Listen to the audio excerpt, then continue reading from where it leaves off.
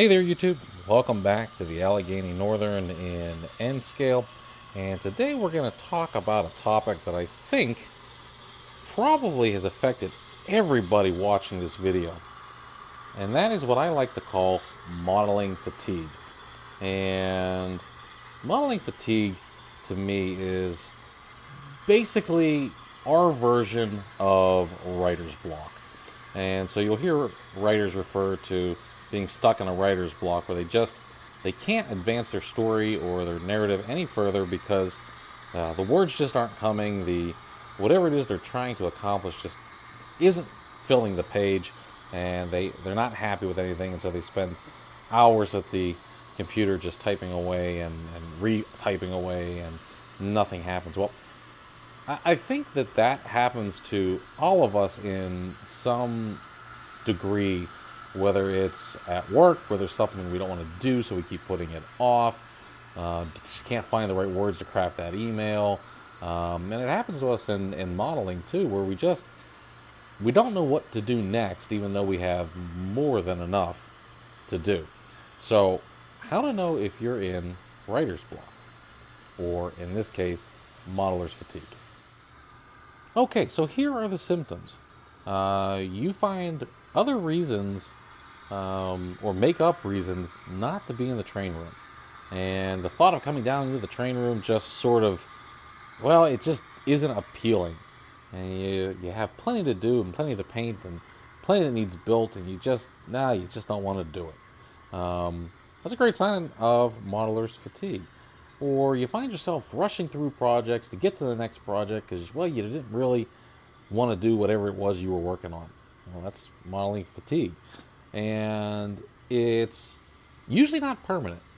People will put their layouts down for, days, weeks, or even months, and then come back and go, oh, yeah, I forgot I had this, and they'll go back into it. So, classic sign of just being fatigued from modeling. And nothing wrong with that. I mean, I think sometimes we lose track, especially when we're doing videos for YouTube, and a desire to put out content is, so high because you want to keep your audience and you want to keep everybody interested and want to showcase every little thing that you've done, only to realize that, well, you forgot why you're doing it to begin with, and that was to enjoy the hobby. So you sort of get just tired of the whole damn thing, and it just doesn't work anymore. So that's a good sign that you've got modeler's fatigue.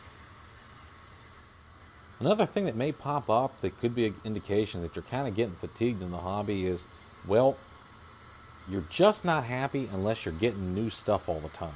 And when you find out that manufacturers are putting things out a little bit slower than you need to buy them, and it's not holding your interest anymore, you need to take a step away from the layout and kind of reevaluate what you're doing and where you're at and reprioritize your goals, because you've hit the wall and you basically got stuck, and now you're trying to get yourself unstuck, so you end up buying a bunch of different things maybe you needed, maybe you didn't need, or maybe not having new stuff is sort of slowing you down on the hobby. So you've hit that wall, and you got to be careful with that, because it's real easy to go to the hobby shop and spend a whole bunch of money thinking that's going to fill whatever void it is that you have, and then it doesn't, because, well, that wasn't really the problem to begin with. The problem was that you were just tired of your layout for the time being. Okay, so now that you know what the symptoms might be, and I'm sure that there are others, how do you fix it? Well, the good news is the fix is actually pretty easy. So, a lot of us are interested in model building. And if you are one of those people that are interested in model building, and that's what, inspires you in the hobby, then it's a great time to put aside whatever it is you've been working on and find yourself something else to work on. And that something else can be another model railroad, that can be another building on the model railroad, that could be a different scale if you have them. It could be a totally unrelated model. Maybe you build a diorama, maybe you build a vehicle or a military model. Something to keep your creativity going, but it's not the same old thing. And you can get out of your funk by cleansing the palate, so to speak, working on something else, and then coming back to your railroad, because obviously there's nothing wrong with your railroad. You're not going to get rid of it. You just need a break. Well, that's one choice. The other choice, and it's one of my more favorite choices, is when I don't feel like working on the layout and I don't feel like working on models, let's not forget that our models are designed to be in motion. And you can always come down and run trains. And you don't have to have a full-fledged operating session. You can just set trains up and watch them run the track. It's a little harder if you're point to point, but you still can come down and just run trains. If you got a small switching layout or even a large switching layout, you can switch your layout and have a real good time just enjoying your models, even though you may have wide areas that aren't done. As long as they function, you can still run trains.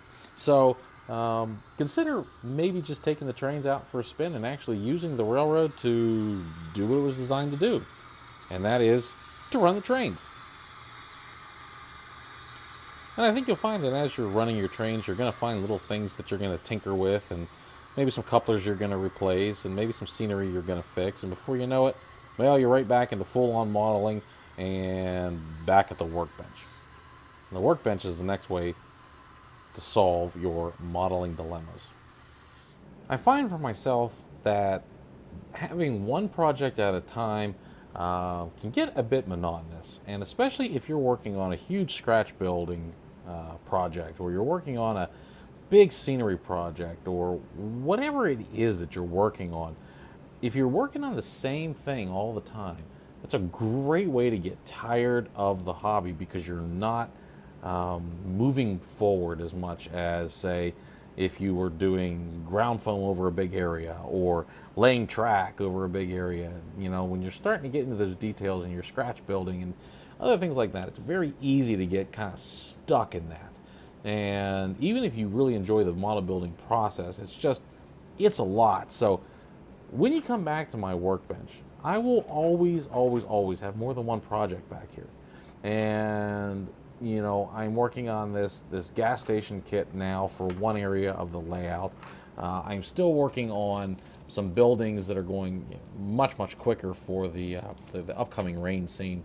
I intermix that with some scenery work and some weathering work, and then just some basic train running.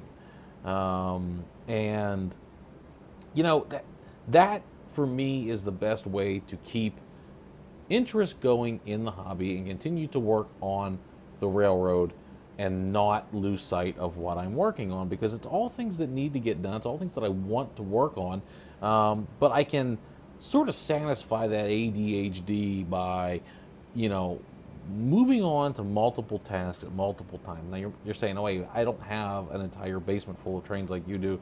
I only have a small layout. Okay, that's fine. The principle is still very much the same, because even though you have a small layout, you still probably have a lot of things you can be working on. I'm sure you've got cars that need weathered, and buildings that need built, and scenery that needs fixed or adjusted. Maybe some track work's not quite to your liking. There's always something on these model railroads.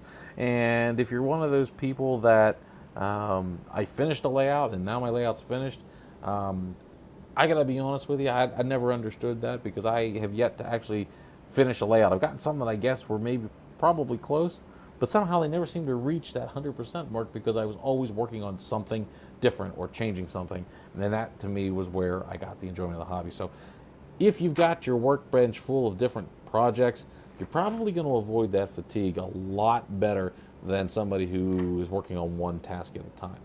Now, while I'm back here, let me take you down through this mess, which is getting a little bit better. Start organizing it and show you that I've got some other things back here to work on if I get to a point where, you know what, I need to take a break from trains. Okay, so here's a monster from the movie The Relic. If you haven't seen it, a great movie. Not for the kiddos, though. This is going to be an experiment in airbrushing, and I'm looking forward to doing it. I haven't quite gotten to it yet. You know, so in that same sort of vein here, I've got an Invisible Man model to put together. Something different, not really what I normally do, but both of these models offer something of a bit of a change, so a palette cleanse, so to speak. It's not just a building or a train. And then I'm gonna not pull these ones out because they're kind of buried, but I did do that poll. I said I would build an excavator and show you guys how I did it, because the one I did I really liked. I thought it came out great. And I also got the loader with the plow on it because you know, I thought that was pretty cool, so it's going to give me a chance to do a little diorama with some winter snow. And so I'm looking forward to that. But I have those kind of in the backlog just for, you know, I'm not in a hurry to build them. This one was a lot of fun. So I know that if I get a little bit bored with modeling, I've got these down here, and it gives me something to work. And I'm trying not to do a layout update because I'm only, let's see, halfway through the month, and to be honest with you, I haven't really spent a lot of time down here building anything because I've been running trains. But you know, like I've got some plaster work going on over here. You can see that I'm laying out how the building kits are going to go, so I'm working on that. It's all kind of related, but they're two different projects, right? You know, I've got some scenery here that I started planning out, and now I'm just going to take you for a little walk, so hopefully you don't get too dizzy here as I walk through this. But, you know, I worked on a lot of scenery stuff. It was more detail than anything, and so I'm going to take you over here to just show you what I was working on while the layout is sort of idle. But these were those AK Interactive shrubs that I showed you in the last video, and man, I really like the way they came out. I'm gonna get more of them. They just made that line side detail look so much more realistic. And you got those briar patches, those short, you know, weed-like trees growing up along the side of a perfectly manicured main line, and that's very common for what you'd see. And so when I finished this, I went, "Wow, they really put some life into this layout." Seeing that beforehand, it was just sort of wasn't there. It didn't pop. You know, now I really like it. While I was down here, I had an issue with this turnout. It kind of sank, and locomotives weren't getting over that. So I fixed that. You know, fixed that problem. So I just sort of kept moving around and finding some things to do. And by doing that, I never really lost interest in the layout itself. And of course, you can always, if you're not rail fanning your own layout, you can always rail fan somebody else's layout. I like to call it armchair modeling. And that's where you just get on YouTube and you'll watch what other people have done. Sometimes you'll find a video that inspires you and makes you think, you know what, I could do something similar to that on my layout. Or conversely, I can do something better than that on my layout. Whether you draw inspiration in either way, it's still good inspiration that'll help you, you know, move your projects forward. So don't be afraid to do a little bit of YouTube model railroading, and don't forget that just because you're modeling N scale or you're modeling HO scale, that doesn't mean that somebody in another scale is not going to offer some kind of information or some kind of scene that you go, wow, that really would look awesome on my own layout, and gives you something that you can, you know, sort of reach to. So, and as always, when you find a video or a channel that you like, not only for, am I saying this for myself, but for all of the YouTubers, feel free to comment. We do like when you comment because it gives us something to think about. We might be able to help you with an issue. And as always, you know, hit that like button, hit the bell. That way you get notified when your favorite folks are putting up new information. It does help the analytics so that the channels get, you know, viewed by more people. But also it lets you know that, hey, there's something out there that I want to see.